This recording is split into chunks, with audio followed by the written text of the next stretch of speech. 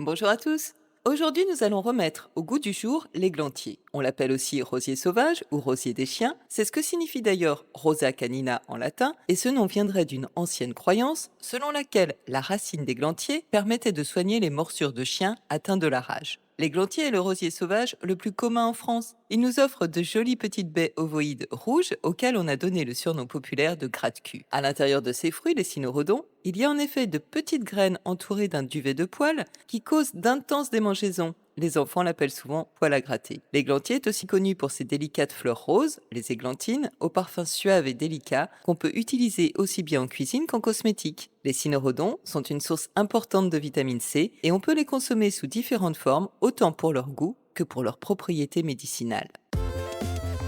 L'églantier, Rosa canina, fait partie de la famille des rosacées. Il existe une trentaine d'espèces différentes d'églantiers en France qui sont très difficiles à différencier. C'est un arbuste vivace qui pousse dans les régions tempérées de l'hémisphère nord, où il se développe spontanément dans les haies, les lisières de forêt, les talus, les friches et les bords de chemin. Il accepte n'importe quel type de sol dès l'instant où il est bien exposé au soleil. C'est un arbuste épineux, rustique et vigoureux, dont les tiges sont très ramifiées. Il peut atteindre jusqu'à 3 mètres de hauteur. Ces tiges sont arquées et retombantes, elles sont couvertes de petits aiguillons crochus. Contrairement aux véritables épines, ces aiguillons sont simplement fixés à l'écorce et peuvent être détachés relativement facilement. Les jeunes rameaux sont verts ou brun rougeâtres et en vieillissant, ils deviennent gris-brun. Ces feuilles sont alternes et composées de 5 à 7 folioles dentelées. Le dessous des feuilles est d'un vert plus clair que le dessus. En automne, elles prennent souvent une jolie teinte jaune avant de tomber. Ces fleurs, qu'on appelle souvent des églantines, sont composées de 5 pétales et ont de nombreuses étamines jaunes. Leur couleur varie du blanc rosé au rose soutenu, suivant les espèces. Elles apparaissent en mai-juin.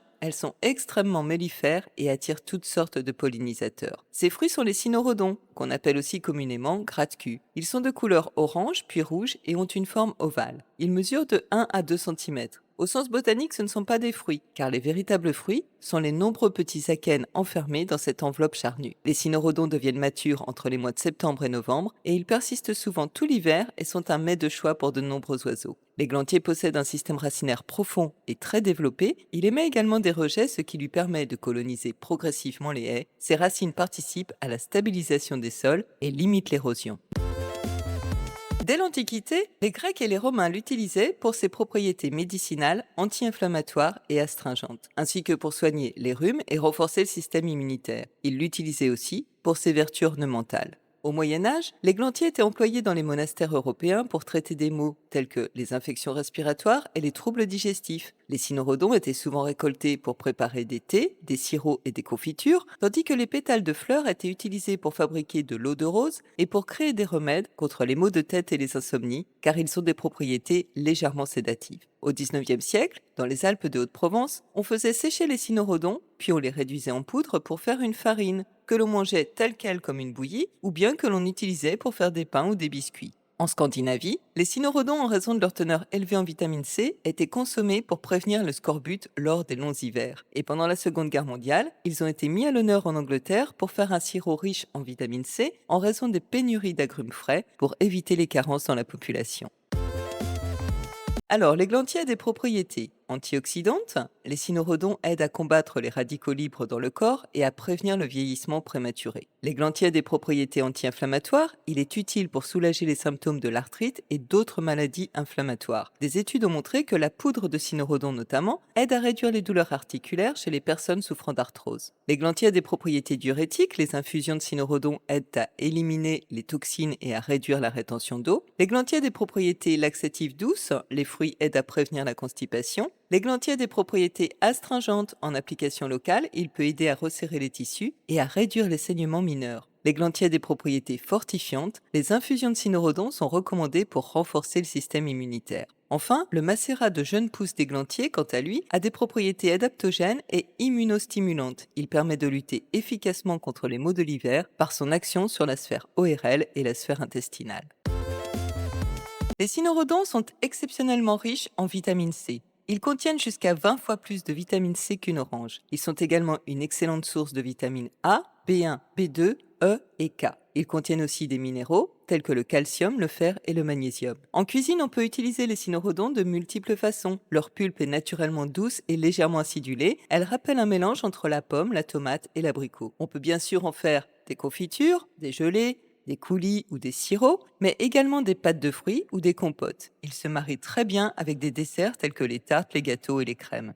On peut également les cuisiner en version salée, en les ajoutant à des sauces aigres-douces pour la viande, à des chutneys et à des salades pour une touche de couleur et de vitamines. On en fait aussi un très bon substitut de ketchup. Les cynorrhodons se déclinent aussi en soupe ou en purée. En Suède, une soupe de cynorrhodon appelée Nippon Sopa est très populaire. Elle est servie bien chaude avec une touche de crème. Les cynorrhodons peuvent être mis à macérer dans du vinaigre pour en faire un condiment savoureux ou bien laissés à fermenter pour produire du vin de cynorrhodon ou de la limonade. La liqueur de cynorrhodon est très sirupeuse et facile à préparer. Dans l'est de la France, on distille les cynorrhodons pour produire une eau de vie commercialisée sous le nom de gratte-cul. En tisane, les cynorrhodons frais ou séchés peuvent être infusés. Certains comparent leur saveur à celle de la pomme verte ou de l'hibiscus. Par contre, cette tisane contient très peu de vitamine C car exposer les cynorrhodons à la chaleur en réduise rapidement la teneur. Pour bénéficier de leur richesse exceptionnelle en vitamine C, il faut les manger crus. Les jeunes pousses d'églantier ont été consommées autrefois comme légumes sauvages, mais cet usage reste aujourd'hui plutôt rare et marginal. On peut cependant utiliser les feuilles séchées de l'églantier en infusion pour aider à combattre la toux ou la diarrhée. Enfin, les pétales des églantines peuvent être utilisés pour aromatiser des boissons,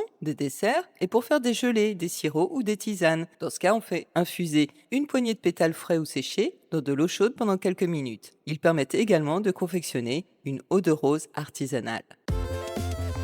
Les pétales des églantines se cueillent entre mai et juin. Il ne faut pas arracher les fleurs, mais cueillir uniquement les pétales de façon à permettre la formation des cynorrhodons. Les cynorrhodons sont prêts à être cueillis vers la fin de l'automne après les premières gelées pour qu'ils aient légèrement ramolli et il faut les cueillir bien mûrs, légèrement mous au toucher. Ils peuvent être séchés en les étalant sur un plateau dans un endroit sec et aéré ou bien au déshydrateur. Une fois secs, on les conservera dans des bocaux hermétiques. Pour les utilisations culinaires dans lesquelles on utilise les cynorrhodons frais, il faut les couper en deux, retirer les graines et les poils irritants à l'intérieur, car ces derniers peuvent causer des irritations digestives s'ils ne sont pas enlevés. C'est un travail qui est long et fastidieux, mais ça en vaut le coup. Un petit truc pendant la cueillette ou lors de vos promenades hivernales, on peut presser un cynorrhodon bien mou entre les doigts qui va en faire sortir une pulpe rouge et sucrée tout en laissant les poils et les fruits à l'intérieur. C'est une façon pratique, ludique et économique de faire le plein de vitamine C. Les feuilles peuvent également être récoltées séchées et utilisées en infusion. Enfin, on peut aussi récolter les baies d'égard. Alors qu'est-ce que c'est les baies d'égard? Ils sont également connus sous le nom de galles du rosier. Ce sont des excroissances spongieuses et laineuses qui apparaissent sur les tiges de l'églantier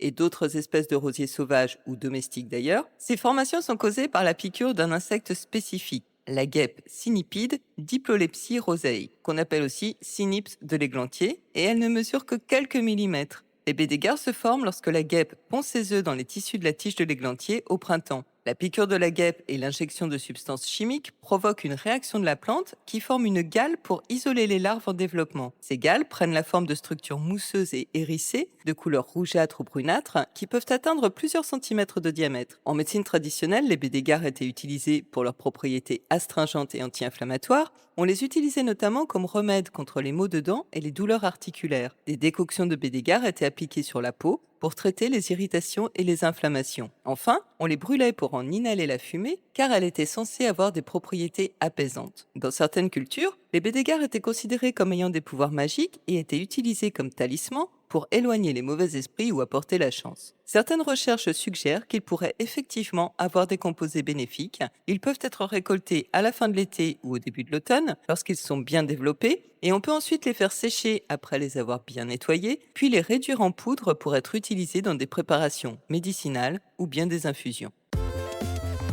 Au jardin, l'églantier est une plante ornementale esthétique qui peut être utilisée pour créer des haies denses et épineuses. Mais c'est surtout une plante précieuse pour la biodiversité. Il fournit à la fois protection et abri pour la nidification de nombreux oiseaux. Ses fleurs très mellifères attirent toutes sortes de pollinisateurs et en hiver, les cynorrhodons constituent une importante réserve alimentaire pour les grives, les merles, les fauvettes, les jaseurs et certains petits mammifères. L'églantier est l'ancêtre du rosier et il a joué un grand rôle dans la création des roses modernes. Il est toujours utilisé comme porte-greffe pour de nombreux rosiers cultivés du fait de sa robustesse et de son système racinaire puissant. En cosmétique, l'huile de cynorrhodon, tirée des akènes, est très prisée pour ses propriétés régénératrices et hydratantes. Elle est très proche par sa composition et ses propriétés de l'huile végétale de rose musquée et peut avantageusement la remplacer. Elle est riche en acides gras essentiels, vitamines et antioxydants. Elle est donc souvent utilisée dans les crèmes hydratantes et dans les produits anti-âge pour réduire les cicatrices, les rides et les taches de vieillesse, car elle favorise la régénération cellulaire. Elle est aussi bénéfique dans le traitement des affections de la peau, comme l'eczéma, le psoriasis ou la coupe rose. En parfumerie, les pétales d'églantier sont utilisés pour fabriquer des parfums, des lotions et des eaux de rose. Cependant, le parfum des églantiers n'étant plutôt ténu, il est difficile à extraire en quantité suffisante. On a donc le plus souvent recours à des versions reconstituées ou synthétisées, parfois enrichies d'extraits naturels de cynorrhodon. En vannerie, on peut utiliser les jeunes rameaux souples et solides de l'églantier, une fois les aiguillons retirés, pour confectionner les anses des paniers, des liens, des coutures ou de petites structures. En spiritualité, l'églantier est souvent associé à l'amour, à la pureté et à la jeunesse. Au Moyen Âge, il était souvent utilisé dans les rituels de mariage pour bénir les jeunes couples et leur assurer un amour éternel. Enfin, dans le langage des fleurs, l'églantine symbolise la poésie, la simplicité et l'amour discret. En offrir à une rencontre sans lendemain est une façon de lui dire que la seule chose qui compte est l'instant présent. On utilise aussi les cynorrhodons dans les bouquets d'automne et d'hiver. Outre leur qualité esthétique qui rehausse les bouquets, les cynorrhodons sont le symbole que les belles choses arrivent à ceux qui savent attendre, car l'églantier met 100 jours pour achever le développement des cynorrhodons. Bref, l'églantier se montre souvent discret en dehors de sa période de floraison et de fructification, mais il est omniprésent dans nos campagnes si l'on prête un peu attention. Il est facile à identifier à ces belles fleurs qui nous comblent ensuite de leurs bienfaits une fois transformées en fruits. Les églantines se font remarquer par la délicatesse de leurs couleurs et de leurs pétales, tandis que les cynorrhodons arborent une couleur rouge vif qui tranche sur les rameaux dénudés de l'automne et de l'hiver. Les cynorrhodons sont l'un des fruits les plus riches en vitamine C, et même si leur consommation est un peu délicate par le fait qu'il faut en extraire les graines et les poils, il n'en reste pas moins qu'ils sont un allié précieux pour contrer les maux de l'hiver en renforçant l'organisme. Au jardin et dans la nature, l'églantier est précieux pour la biodiversité car il est une source importante de pollen et de nectar pour les pollinisateurs, mais il est aussi un abri sûr pour la nidification des oiseaux en raison de ses tiges épineuses. Et, cerise sur le gâteau, si l'on peut dire, les cynorrhodons restent présents une bonne partie de l'hiver et permettent à la faune sauvage de se nourrir. L'églantier est donc un essentiel de la vie et de la cueillette sauvage. Il peut paraître repoussant à cause de ses aiguillons crochus, mais c'est un ami qui ne nous veut que du bien. Je vous invite à partir à sa découverte et vous m'en direz des nouvelles. Et si vous avez apprécié et aimé cette vidéo, pensez à liker et à partager le lien pour faire connaître cette chaîne et bien sûr à vous abonner. Vous pouvez retrouver les recettes et cette fiche plante sur le site de la petite musique dans la forêt.com, dont le lien figure en barre de description. Tous les commentaires sont les bienvenus, qu'il s'agisse d'apporter des précisions, de formuler des appréciations ou de poser des questions. Et moi je vous dis à mardi prochain.